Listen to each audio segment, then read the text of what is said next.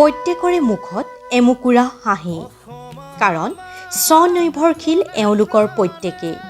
কোনোবাই পুহিছে কুকুৰা ছাগলী, ইয়াৰে কোনোবাৰ আছে আকৌ গাহৰিৰ ব্যৱসায়। সন্মুখত টকাৰ জাপ, এয়া এওঁলোকৰ হয় নিজৰ শ্ৰম আৰু নিষ্ঠাৰ ফচল। এওঁলোকৰ প্ৰত্যেকগৰাকীয়ে জড়িত ব্যৱসায় আৰু পশুপালন ক্ষেত্ৰৰে। কোনোবাগৰাকীয়ে যদি পুহিছে গৰু ছাগলী, আন কোনোবাগৰাকী স্বাৱলম্বী হৈছে গাহৰি ব্যৱসায়েৰে। কোনোবাই আকৌ স্বামীৰে সৈতে মিলি চলাইছে ব্যৱসায়।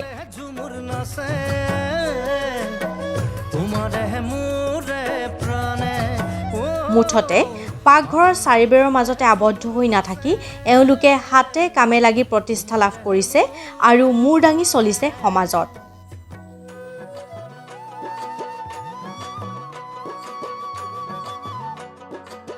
আহকচোন শুনো এওঁলোকৰ পৰাই যে কেনেকৈ আৰু কি ব্যৱসায়ত শূন্যৰ পৰা আৰ্থিকভাৱে সচ্ছল হ'ব পাৰিলে এওঁলোকে। নাম ৰিংকু দাস। মই 50,000 লৈছোঁ।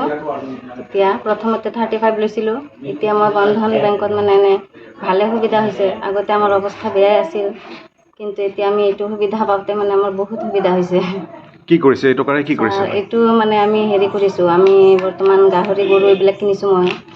আৰু এই মোৰ হাজবেণ্ডে হেৰি বেকাৰীত কাম কৰে, মিঠাই বনায়। সেইটো বিজনেছ কৰি আমি স্বামী স্ত্ৰী দুজনে ভালকৈ চলিছোঁ এতিয়া বৰ্তমান। বন্ধনৰ পৰা ঋণ লৈ হয় ছাৰ, আমি বহুত সুবিধা পাইছোঁ। ভৱিষ্যতে আৰু ল'ম বুলি ভাবিছোঁ। কিমান ল'লে? মই 3বাৰে হ'ল, 50,000 ল'লোঁ। কি কৰিছে তাৰ টকাৰে? গাহৰি আছে আৰু এনে হাঁহ হওক, কিন্তু মুৰ্গীও সেনেকৈ হেৰি কৰি আছোঁ। এতিয়া আপুনি সেই টকাৰে স্বাৱলম্বী হ'ব পাৰিছে? হৈ আছোঁ বৰ্তমান। আগলৈ কি ভাবিছে আৰু? আগলৈ কেতিয়া মাৰি উঠি আৰু এটা ল'ম বুলি ভাবি আছোঁ আৰু এইটো শেষ কৰাৰ পিছত। বন্ধনৰ পৰা লৈ লৈছে আপুনি? হয়। কিমান লৈছে? 40,000। 40,000 কি কৰিলে আপুনি পইচা? গাহৰি কিনিছে। উপকৃত হৈছেনে? গৰীব মানুহক অলপ উন্নতি কৰিব পাৰে, যে আমি লৈও আমি বহুত উন্নতি দেখা পাইছোঁ।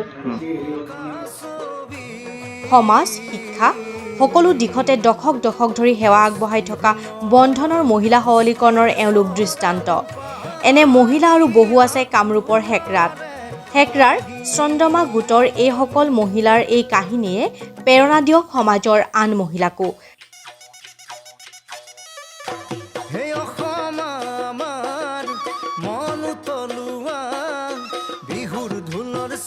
তাৰে কামনাৰে নিউজ ডেস্ক অসম বাৰ্তা।